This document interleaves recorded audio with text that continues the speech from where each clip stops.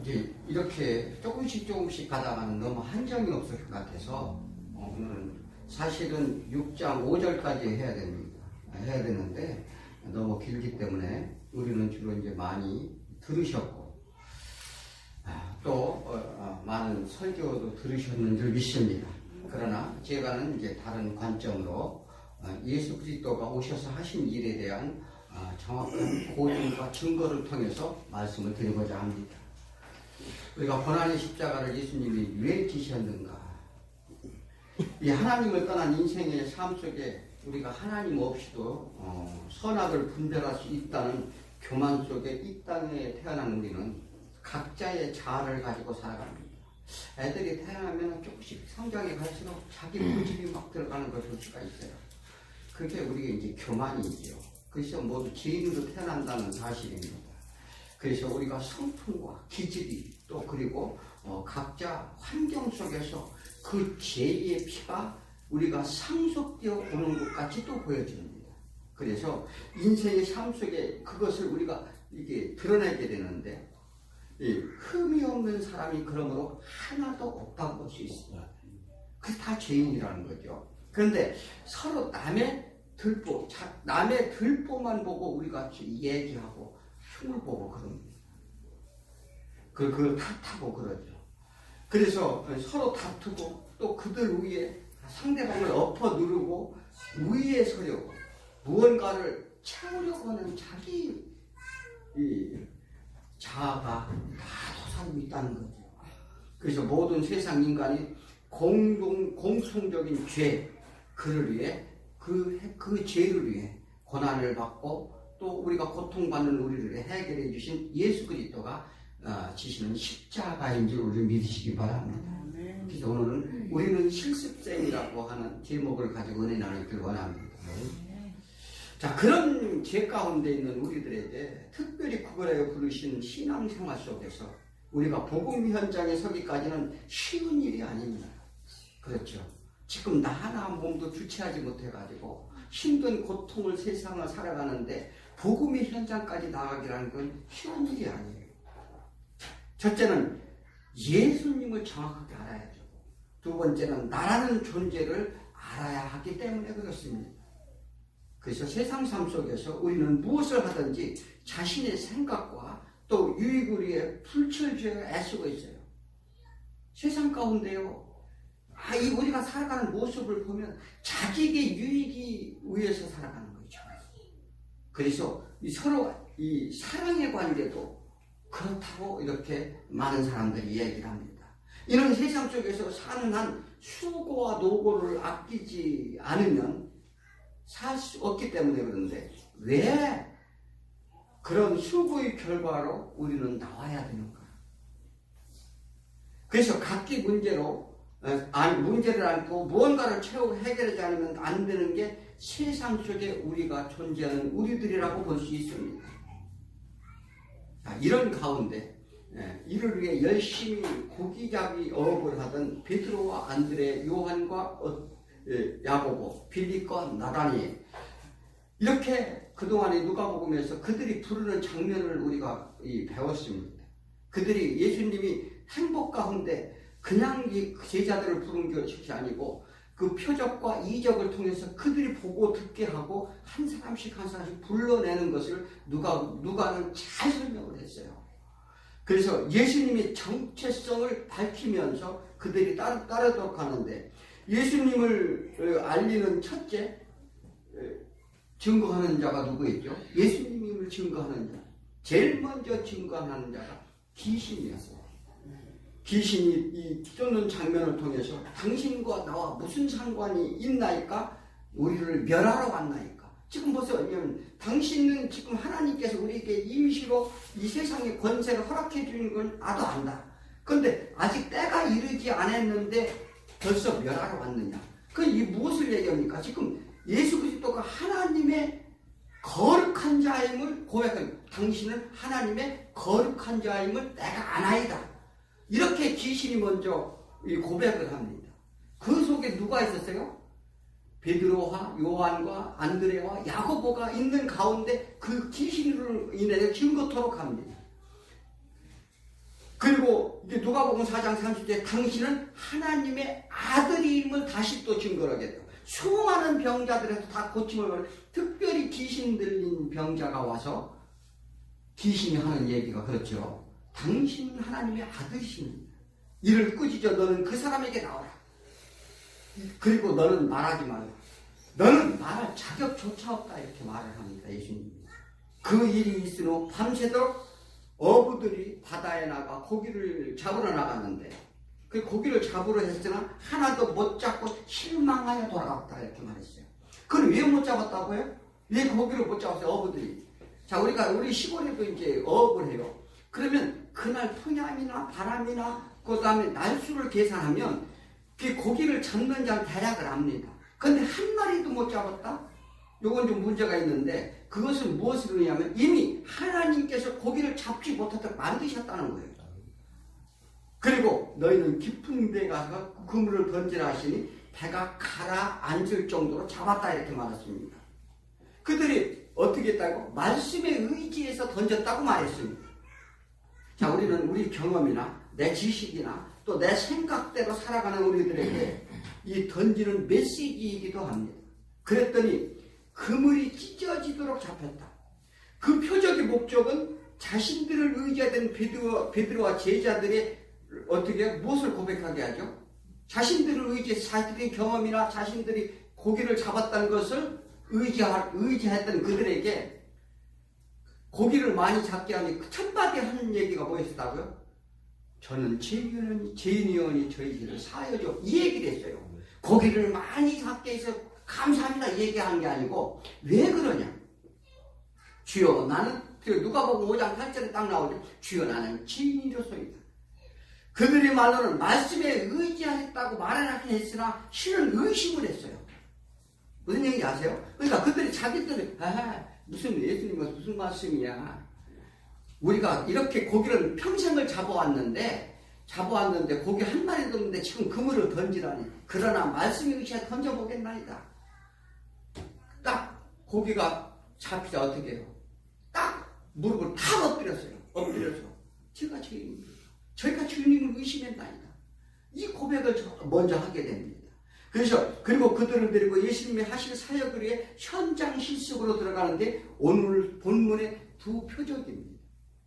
그리고 안식일이 참된 주인의 증거를 6장에서 나오는데 그 12명의 제자 선택이 완전히 끝나는 장면이 6장 안식일 사건입니다.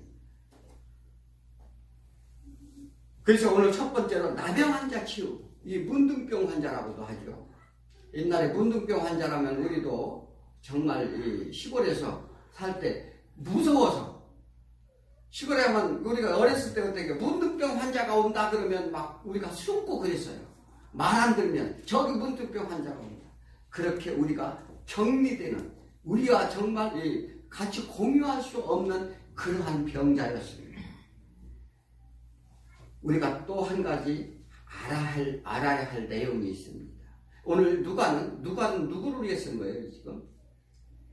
이방인들이 복음을 위해 쓴 겁니다. 마태는 주후 50년, 즉 예를 들어서 예수 그리스도가 돌아가시고 30년 후에 있었다고 하면 20년 후에 있었다고 하면 이 누가는 그들을 가지고 누가는 무엇을 증거했느냐면 선지자들의 말씀을 증거로 해서 마태는 유대인들을 위해서 썼기 때문에 그들은 잘 알았어요, 너무나. 그런데 이방인들은 선지자들의 말씀을 모릅니다. 율법을 받지 못했어요. 자, 그러므로 인해서 하나님이 누구신지에 대해서 잘 알 수가 없습니다.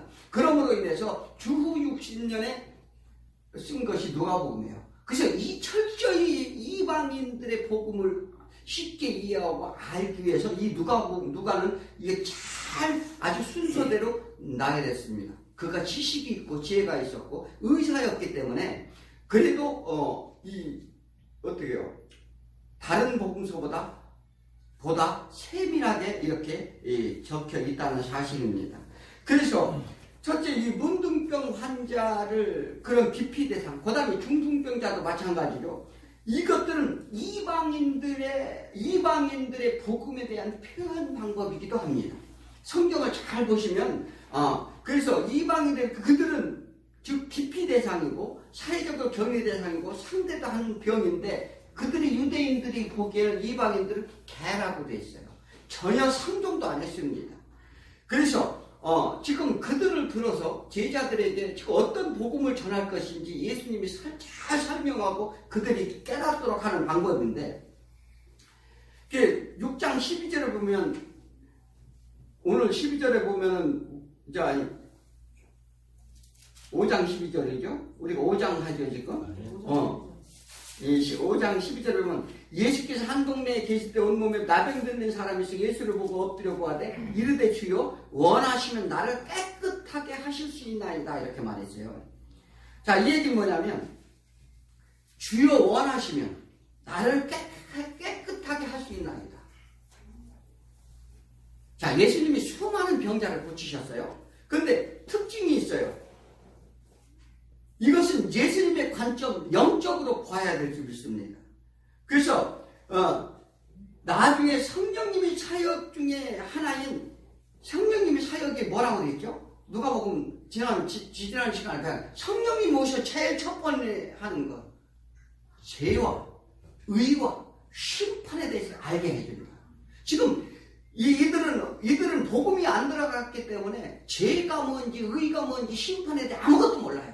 그렇기 때문에 예수님이 그 성령님이 하신 일에 대한 지금 대역을 하시는데, 이 첫째, 귀신 들린 자들, 그들 유대인 회당에 모여있는 그들에게 뭐라고 그랬죠?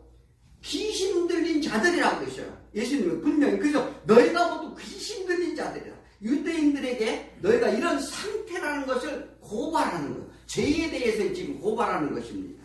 그리고 세상에는 사단마귀가 권세로도 통치를 한다는 것, 이는 임시 하나님이 허락하셨는데, 그런 세상에 특별히 구별해 너희를 불렀노라. 이 하나님이 영광을 나타내려 하십니다. 이것을 보여주는 장면이기도 했어요. 그래서 그들에게 뭐냐면, 너희들은 흑암에 있다. 두 번째는 흑암에 있는데, 너희들은 흑암에 있다는 것에 의가 없는 상태라는 거예요. 의는 뭐예요? 하나님의 선하심, 하나님이 일하심을 의라고 합니다. 그래서 하나님은 빛이시다. 그러니까 너희들은 빛이 없는 가운데 지금 흑암에 있어서 살고 있다는 것을 예수님이 보여줍니다. 그 흑암에 있는 갈릴리에 빛이 빛이었다는 건 이 선지자가 하신 말씀을 내가 이루러 갔노라. 요 말씀을 딱 하십니다. 그러면서 너희들의 죄에 대해서 하나님을 너희들 떠난 죄, 즉 내 안에 하나님이 계시지 않은 상태를 죄인이라고 합니다. 그래서 이 마태복음서에서는 잘 나타나는 게 상상에서 첫 번째 하시는 말씀이 팔복입니다. 천국의 복, 팔복, 즉 신앙의 길이란 무엇인가를 예수님이 설명하시는데, 첫째는 심령이 가난한 자. 심령이 가난한 자가 뭐라고요? 내 안에 하나님이 전혀 없는 자. 하나님이 없는 정말 그 심령이 영적으로 가난한 자를 말하는데, 그 다음에 그것을 위해서 애통하는 자, 그리고 그것을 위해서 순종하는 자. 그러니까 하나님의 말씀에 순종의 길로 가고자 하는 온유한 자가 되어야 되고, 그리고 그런 자가 의에 지르고 목마른 자가 될 것이다. 의에 지르고 하나님의 뜻이 무엇인지 거기에 줄이고 목말라서 갈구하는 자가 갈급하는 자가 될 것이고요. 그러면 하나님의 너희에게 긍휼함을 여기게 해주시고, 그렇게 되면 너희 마음이 모든 죄 가운데 죄사함을 받아서 청결하게 될 것이고, 청결하게 되면 하나님과의 관계가 회복해서 화평케 되어서, 그래서 그렇게 되면 너희들이 의를 위해서 살다가 이 복음을 위해 살게 되는데 너희들은 핍박을 받을 것이다. 그러나 핍박을 받는 자에게 뭐가 있다고요? 천국이 주어질 것이다. 너희가 이것이 신앙의 길이니라. 이렇게 예수님이 설명을 합니다. 이게 축복이, 천국의 복이라고 하는 팔복이죠. 자, 세례 요한을 통해 예수님이 오신 목적을 설명을 했어요. 무슨 설명이에요? 맹인이 보며 못 걷는 자가 걸으며 나병한 자가 깨끗함을 입으며, 오늘 이제 나병한 자가 나옵니다. 이 못 듣는 자가 들으며 죽은 자가 살아나리라. 이건 누구한테 한 얘기예요? 자, 세례 요한이 예수님이 메시아인 줄은 알았는데 확신이 없었어요. 그 두 제자를 보냈는데 누구 보여요? 요한과 안드레를 보내요. 그래서 예수님한테 당신은 누구입니까? 이렇게 물었을 때 한 대답이에요. 자, 그런 대답인데, 그래서 선지자를 통해 또 증거를 했죠. 누구요? 요건 마태복음에 나옵니다. 이사야서 61장이 있어요. 왜? 그들은 유대인을 위한 복음서이기 때문에 그들은 잘 이해할 수가 있었어요. 그래서 복음서에 대주해서 봐야 됩니다. 그래서 가난한 자에게 아름다운 소식을 전하고 마음이 상한 자를 고치고 포로된 자에게 자유를 주고 갇힌 자에게 노임을 선포하고 또 이사야서 61장 2절에 왜? 은혜의 해와 보복의 날을 선포하여 슬픈 자를 위로하여 오리라. 이게 예수님이 오신 목적입니다. 이게 천국 사역의 목적이라고 그러죠. 그래서 본문 나병 환자의 치유 또한 예수님이 사역을 제자들에게 깨닫도록 하시는 표적이 예표입니다. 즉 죄악의 길, 갇힌 곳에서 구원함을 얻는 의미를 보여주는데, 문제는 우리도 고치신 능력의 현상만 보면 모두 성경을 잃게 됩니다. 사람들은요, 나병 환자 오죠. 예수님이 오셔서 나병 환자를 고쳤다. 이 환자를 고치려만 관점이 있어요. 그럼 왜 고치셨는가? 표적은 그냥 한 표적이라도, 예수님의 표적은 그냥 드리는 표적이 하나도 없습니다. 두 가지 뜻이 있는데, 나병 환자는 첫째는 죄인이라 일컫는 자들입니다. 또한 유대인이 아닌 이방인들의 구원 사건을 의미하기도 합니다. 그래서 철저한 유대인들이었던 제자들이 유대인이 아닌 자들이 구원을 위해 쓰기 위함이기도 합니다. 자, 나병 환자가 밖으로 나올 수 없는 당시 상황입니다. 그들은 다 격리시켰어요. 지금도 소록도 가면 나병 환자가 다 격리시키죠. 그들은 완전 이방인입니다. 그래서 성전에 들어갈 수 없는 죄인이었었어요. 자, 오늘 그 본문에서 뭐래요? 너의 나병 환자를 고쳐주니 제사장에 가서 깨끗함을 증거를 보고 모세가 말한 대로 제물을 가져가서 제사를 해요. 이게 무슨 얘기를 하는 거예요? 그러니까 나병 환자니까 너희가 죄 씻음을 받아서 가가지고 이제 하나님 앞에 나갈 수 있다고 하는 것을 미리 보여주는 사건이에요. 이건 구약의 그들의 어떻게 해요? 율법의 비유를 들어서 예수님이 지금 말씀을 하십니다. 그래서 나병 환자가 말합니다. 주여 원하시면 고쳐주옵소서. 나를 깨끗이 하실 수 있나이다. 이런 얘기를 하니까 이것은 죄 씻음의 회개이기도 합니다. 제가 주님께 모든 어떠한 죄라도 주님께 나와서 고백을 하면 주님이 모든 죄를 다 사해 준다는 약속입니다. 그런데 이것을 주님이 원하시면 고쳐주옵소서.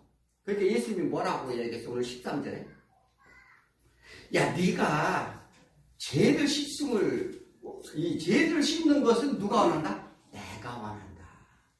오늘 13절에 딱 그렇게 한번 읽어볼까요? 예수께 손을 내밀어 그 기사에 읽는데 내가 원하노니 깨끗함을 받아 하신데 곧 병이 떠나니라. 그래서 누구든지 어떻게 해요? 죄를 사함을 원하는 자에게 깨끗함을 준다 안 준다? 네, 깨끗함을 준다는 사실입니다. 그러니 말씀하시니 나병이 떠납니다. 그리고 제사장이 알려라. 이것은 제사함의 보증이니라 이렇게 말합니다. 그들이 입증토록 하는 것인데, 그래서 우리 구원은 어떻게 보증되나요? 우리 구원의 보증을 된다고 요한복음 17장에 딱 나와 있는데, 자, 예수님이 성령의 인치심을 받아서 이를 예수님이 보증하신다 말씀하셨어요. 이 똑같은 얘기라는 게 구약의 제사장, 또 신약의 예수 그리스도가 우리를 어떻게 해요? 보증해 준다는 거죠. 그래서 먼저 유대인들에게 좋은 포도나무를 심었는데 정작 들포 열매만 맺음이 웬일이냐. 그래서 호세아, 이사야, 예레미야 이런 모든 선지자를 통해 경고하고 말씀하셨어요. 선지자들로부터 이방인들로부터 복음이 전해질 것을 이미 예언하셨고, 특히 누가는 이방인들의 복음력이 썼기 때문에 그들이 제자들이 다 어디 사람들이에요? 제자들이 다 유대인이었어요. 유대인인데 지금 누가만, 복음서 중에 누가만 이방인입니다. 누가복음 처음 시작할 때 말씀드렸죠. 누가만 이방인 5사람이 있었어요. 그래서 유대인들이었던 제자들이 쉽게 이해하지 못합니다. 그러므로 인해서 이 사도 바울도 어떻게 해요? 유대인 중에 유대인이었다고 그러잖아요. 근데 그래서 그가 유대인들이 복음을 전하러 가려고 하니까 마게도니아에서 환상이 보이게 하죠. 그래서 이방인 사도를 씁니다. 자, 이와 같이 또 베드로 또한 백부장 이 고넬료 사건을 통해서 이방인 복음을 이제 깨닫게 해서 그 이방인 복음의 사역에 합당함을 이 예산 공의에서 고증을 하게 되는데, 자, 사람들은 정작 치유의 목적을 알 수 없는 사람들이 병을 고치러 몰려듭니다. 오늘 이렇게 본문에도 많은 사람들이 병을 고치러 몰려들었어요. 그러니까 예수님이 뭐라고 하셨어요?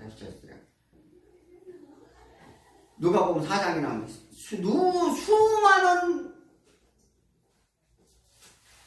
과부 중에서 수레대 여인 하나만 고쳐 내가 그들에게 양식을 줬고 그에게 양식을 줬고 7년간 기근이 왔는데 그에게만 양식을 줬고 수많은 문둥병 환자 중 딱 나만 장관 하나만 내가 고쳐주었느니라.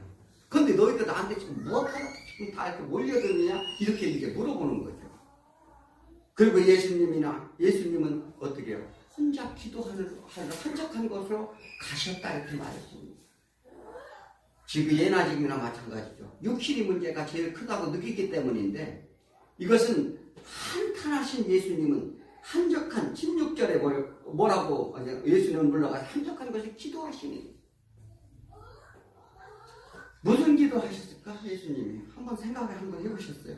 이게 성경을 보실 때는 예수님이 기도를 하시는데 무슨 기도를 하셨을까? 이렇게 의문을 해봐야 된다. 그래야 내가 성경의 말씀을 하나님 은혜를 주신다니까요. 왜? 어떤 은혜 줘요? 예수님 무슨 기도 하셨을까? 그러면 하나님의 성령님의 감동을 해서 그것을 성령님이 또 뭘 하러 오신다고? 십자가의 지신 일들을 알고 깨닫게 해주신다. 너희들은 지금은 알지 못하나 성령이 오면 너희가 깨닫게 하리라 이렇게 말씀하셨어요. 그래서 우리는 무엇을 찾으라? 모르면 누구를 구하라? 성령님을 구하라는 거죠. 우리가 영이 열려야 말씀을 우리가 깨닫고 볼 줄 믿습니다. 아버지께서 이루시고자 하는 뜻이 이루어지기를 제3의 용서를 구하는 기도를 하셨어요. 또 그리고 저들이 죄를 사하여 주옵소서. 저들이 깨닫도록 영의 양식을 허락하여 주옵소서. 아버지의 권세를 저는 믿나이다. 예수님이 어디서 했어요? 마가복음 9장, 그 다음에 마태복음 6장 하신 기도가 있습니다. 또 그 다음에 요한복음 17장에서 정확하게 기도를 하셨어요. 그러니까 성경을 그게 보이도록 하는 우리가 기도를 하면 보인다는 사실이지요. 남의 환자 치유 지금은 마찬가지입니다. 너희가 배부름을 놓아야지 말고 표적의 뜻을 깨달으라 이렇게 말하는 거예요. 두 번째는 중풍병자를 고치시는 사건이 나옵니다. 우리는 이게 우리의 열심이에요. 정말 많은 사람들이 예배 어떤 가정집에 들어가셨어요. 예수님이 가정집이라는 게 사람이 몇 명만 들어가 꽉 찹니다. 그런데 병을 고치러 온 사람들이 부지기수로 나열해 있었어요. 그런데 중풍병자는 어떻게 해요? 우리 어머니도 중풍병으로 쓰러져서 지금 요양원이 계신데 지금 수족을 못 씁니다. 예전에는 웬만하면 이 중풍병이 오면 이제 거의 사망을 했죠. 그래서 중풍병 하면은 아주 우리가 인생이 끝나는 병이기도 합니다. 자, 그런데 그들이 4명이 들것에 들어서 남의 집 지붕으로 들어가 지붕을 뚫고 들어간 거, 그들의 열심이나 이런 것을 얘기하는 것인가? 믿음으로 막 달려가면 고침을 받는 것인가? 우리는 대부분 이렇게 얘기만 들었습니다. 그런데 그 집에 배경을 잘 보셔야 돼요. 그 집에 누가 있었어요? 그 가정집에 들어갔는데 바리새인과 율법교사 그리고 제자들이 들어갔어요. 그래서 20절에 오늘 뭐라고 하죠? 20절에 오늘 뭐라고 말씀하시면 예수께서 그들의 믿음을 보시기 위해서 이 사람은 내 제사함을 받았느니라. 자, 믿음으로 병 고치는 단순한 사건을 얘기하는가? 자, 그래서 당시 말씀을 들어온 대상들에게 특히 제자들에게 말씀하시는 뜻이 그러는데 병은 왜 든다고요? 병의 근본. 자, 우리가 병 뭐냐면 병은 우리가 죄 가운데, 이 세상 가운데는 죄 가운데 오는 어떻게요? 파생되는 그 상태를 이 병이 우리가 오는 것이죠. 이게 병의 증상인데, 그러니까 죄의 증상이라고 하죠. 죄의 증상인데, 이는 그 죄의 근본을 고쳐주러 오심을 지금 말씀하시는 거예요, 예수님이. 너희가 왜 지금 병이 들었는 줄 알아? 너희가 왜 지금 중풍병이 들은 줄 알아? 너희가 왜 문제가 있는 줄 알아? 너희가 왜 환난이 오는 줄 알아?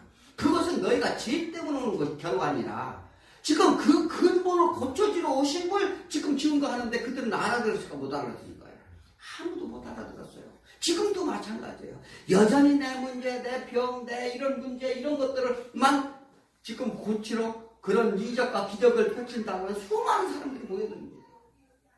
그러니까 이것은 뭐냐면 이 예수님께서는 지금 믿음으로 구원을 받는 것, 믿음으로 구원을 받는 것을 증거하는데, 그래서 그러므로 첫째, 예수님이 제사함을 주신 것을 가르치는 거죠.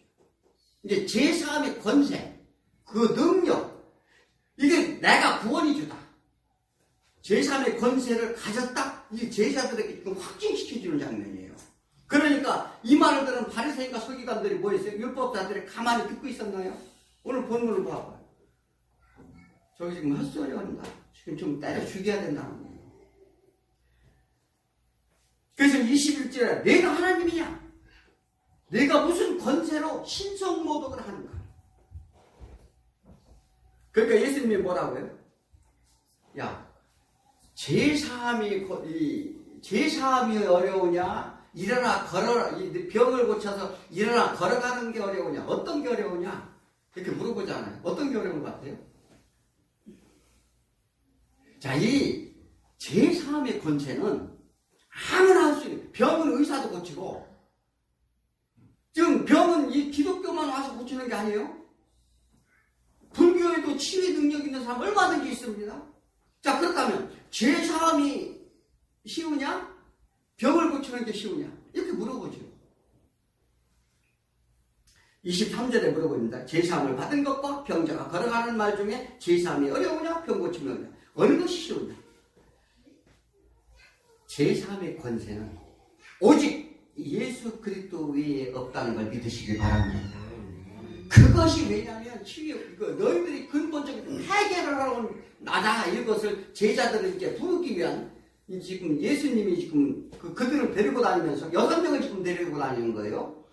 갈릴리에 있는 어부들, 그들은 다 어떻게 동업자였다고 그랬죠. 성경에 정확하게 써 있습니다. 그 같은 어업을 하면서 동업자였었는데 그들을 끌어내기 위해서 뭐를 했어요? 베드로의 열병들이 베드로의 장모 치유를 통해서 그들이 친척과 아비집을 모든 것을 다 버리고 떠날 수 있도록 예수님이 모든 것을 이 상세하게 그런 이적과 기적을 행하셨다고 좀 말씀을 드렸습니다.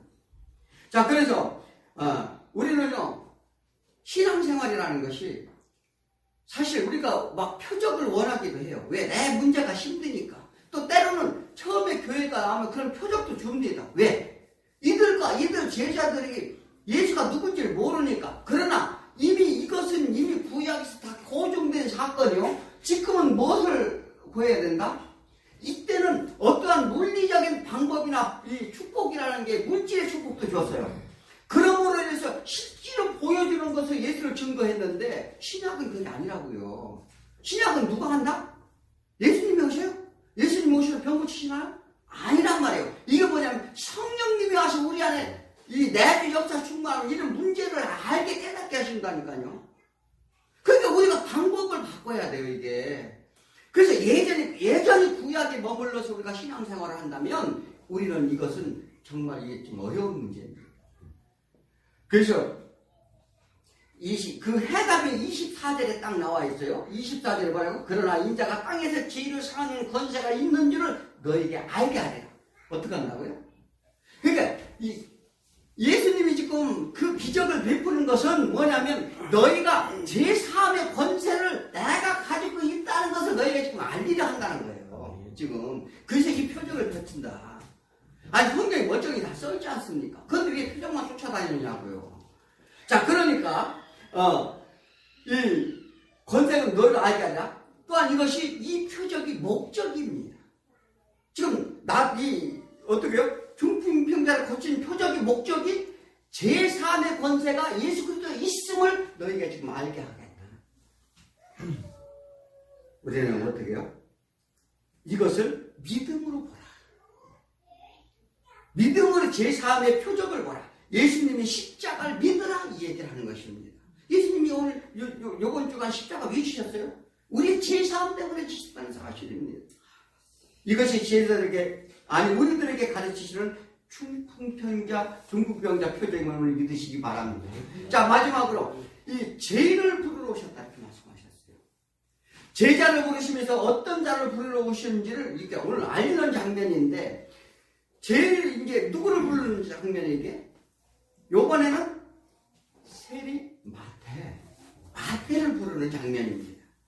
많은 문인들 가운데 한 내인이 있었다 이렇게 말하죠. 그 세리가 예수님을 따르게 됩니다. 이제 그런데 똑같은 말씀을 해도 복음을 들리는 자가 있고 듣는 자가 있어요. 이게 왜 그러냐면 아무나 들리지 않습니다. 교만한 자에게는 예수님이 말씀하셨어요. 마태복음 13장 15절에 이 백성들은 마음이 완악하여서 그 귀로는 듣고 눈은 감았으니 이는 눈으로 보고 귀를 듣고 마음으로 깨달아 돌이켜 내게 고침을 받을까 두려워합니다. 이 얘기는 어디서 나오는 장면입니까?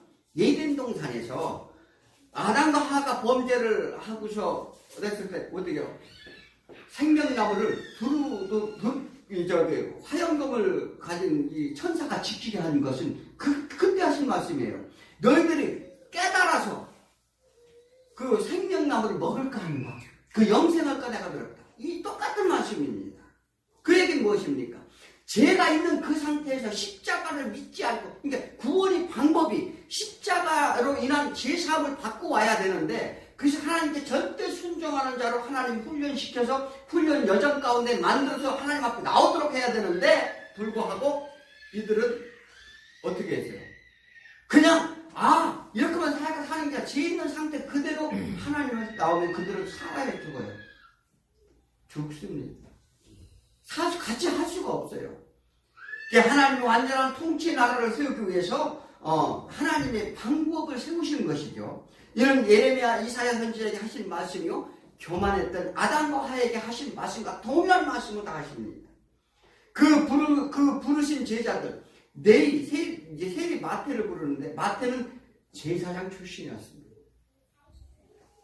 그래서 유대인들의 향한 가장 정확하게 복음서를 쓸 만한 적합한 인물이 누구예요? 마태예요. 마태. 이게 하나님이 부르신 목적은 다 있어요. 그러니까 사도 바울이 헬라어에 능통하고 이방에서 살았어요. 유대인이었지만. 그래서 그는 몇 개국어를 할 수 있는 그러한 사도로서의 준비가 이미 된 자예요. 마찬가지예요. 우리도 왜 여기서 우리가 실습을 받고 훈련을 받느냐? 하나님의 복음을 전하려고 하면 어때요? 준비가 있어야 돼요. 복음을 정확하게 알아야 되고, 또 그로 인해서 우리가 쓰임을 받을 수 있도록 준비가 되어야 되는 사실입니다. 아무렇게나 그냥 이렇게 하나님 쓰시지 않는다는 거예요. 그러나 각자의 위치에서 하나님의 부르신 목적이 반드시 있어요. 그래서 거기에 합당했습니다. 때로는 찬양하시는 분으로, 때로는 이런 선교로 이렇게 거기에 맞게 하나님이 부르신다는 사실을 믿으시기 바랍니다. 그리고 28절에 보면 그가 모든 것을 걸고 일어나 따르니라. 베드로, 요한, 야고보, 안드레 이들도 모든 것을 버리고 예수를 따랐다 이렇게 말했어요. 그래서 신앙이란 내 안에 들이는 세상적 가치, 나의 우상, 내 생각, 내 자아 모든 것을 버리고 각오를 해야 돼요. 신앙생활이 뭘 하는 거라고요? 하나님의 내 안에 침투해 내 것을 깨뜨리는 것이, 그것이 얼마만큼 내가 부서지느냐에 따라서 신앙의 질이 다릅니다. 그렇잖아요. 예수 앞에 나와서 뭘 얻고자? 난 뭐 좀 얻을 거야. 병을 고치러 올 거야. 이것은요, 예수님을 제한한다 이렇게 말합니다. 거의 묶어놓는 거죠. 그래서 우리가 이 마태처럼 제사장 출신으로 유대인 복음에 쓰기 위함인데, 이미 예정되었기 때문에 그가 선택되어진 것이며 또한 하나님이 부르신 목적에 있다는 것을 아시기 바랍니다. 자, 우리도 다 똑같죠. 우리는 목적이 있어서 부르셨다는 거죠. 그래서 그 자리 그 형편에 맞게, 그래서 마태복음에서 설명을 산상수훈에서 기가 막힌 예수님이 설명을 하십니다. 무슨 설명을 했어요? 자, 너희가 부모와 형제, 자녀와 이 사도가 똑같은 설명을 했어요. 그 다음에 종과 하인의 문제, 그 다음에 너희가 원수 간의 문제, 이런 문제를 예수님이 설명을 하면서 너희가 지금 어떤 위치, 어떤 생각이 있는지를 설명을 합니다. 반드시 우리가 그래서 말씀을 잘 하셔야 돼요. 그 주요성을 알아야죠. 마태는 최초의 복음서로 주 50년께 쓰였다고 말씀했어요. 이 유대인 생각에 맞도록 예수의 생애와 가르침, 그들은 잘 이해할 수 있는 복음서를 쓸 수 있는 게 마태를 선택했다는 사실입니다. 근데 이들은 왜 죄인과 지금 뭐 밥 먹고 이러느냐? 자기네 제자들은 절대 그렇게 아니한다. 이렇게 말해요. 자, 이때 부름받은 마태는 에티오피아에서 순교를 하고 죽습니다. 마태가 모든 것을 버리기 쉬웠을까? 한번 생각해 보세요. 마태가 뭐예요? 자, 뇌인이라면은 금수저예요, 금수저. 소위 말하는. 지금으로 말하면은 소위 말하는 목사나 이런 사역자입니다. 자, 그리고 그가 왜냐면 고학력자예요. 그리고 지위도 있었고 고관이란 말이에요. 고관. 세리하면은 돈을 벌고 정말 그 관원이었죠. 근데 버리기 쉬웠을까? 우리는 쉽게 그냥 마태가 제자가 누구고 뭐. 근데 예수님이 부를 땐 제자 한 명 한 명 부르면서 성경을 자세히 보니까 어때요? 예수님을 따를 수 있도록 예수님이 모든 걸 이렇게 하시면서 끌고 나옵니다. 우리도 여러분 배워야 돼요. 정말 배워야 돼요. 자, 그래서 이 마태가 세리장인 마태 결코 쉬운 일이 아님에도 불구하고 하나님의 부르심의 은혜를 입었다 이렇게 말해요. 우리도 이런 은혜에 동참되었음에 감사하시기 바랍니다. 자, 로마서 8장 29절에 하나님이 미리 아신 자를 부르시고 그 아들의 형상을 본받게 하기 위해 정하셨고 또 미리 정하신 그들을 부르시고 부르신 그들을 의롭다 하시고 의롭다 하신 그들을 영원하게 하셨느니라. 이들을 누가 고발하고 정죄하겠느냐? 그들은 예수님이 우리 위해 날마다 간구하심을 아느니라. 우리가 우리 위해 예수님이 뭐 한다고요? 날마다 간구하신다는 거죠. 그래서 오늘 나병 환자 어떻게? 네가 낫기로 간구한다. 내 죄사함, 이게 중풍병이야. 네가 믿음으로 죄사함을 받는 것을 깨달라. 나병 환자에게 네가 죄짓음이 무엇인지 아느냐? 내가 그것을 너희들에게 다 원하노라. 우리는 하나님이 끝까지 지켜주시는 사실을 믿으시기 바랍니다. 자, 마태는 예수님이 자기 집으로 초청했습니다. 그리고 음식을 제공합니다. 잔치를 베푸는데 바리새인과 서기관과 율법자들은 막 쫓아와서 트지까지 잡습니다. 왜 죄인들과 함께 먹느냐? 그래서 31절 32절에 잘 나와 있죠. 예수께서 대답하여 이르시되 건강한 자에게는 의사가 쓸데없고 병든 자에게는 쓸데가 있나니 내가 의를 부르러 온 것이 아니오 죄인을 불러 회개시키러 왔다. 죄인을 불러 뭐하러 왔다고요? 회개시키러 왔다. 이 말을 하시는 거죠. 자, 그러니까 이 회개한 자를 부르러 왔다. 그래서 마태를 부르는 죄인 중에 죄인, 그들이 생각하는 그래서 마태를 부르는 장면인데, 당신 제자들은 왜 금식도 하고 밥을 먹느냐? 뭐 이렇게 먹고 마시기만 하느냐? 그들이 그렇게 막 그들을 따지고 덤비죠. 그때 예수님 말씀하십니다. 뭐라고요? 자, 지금 너희들이 금식한다고? 너희들이 우리가 먹고 마시는데, 야, 신랑이 지금 왔는데,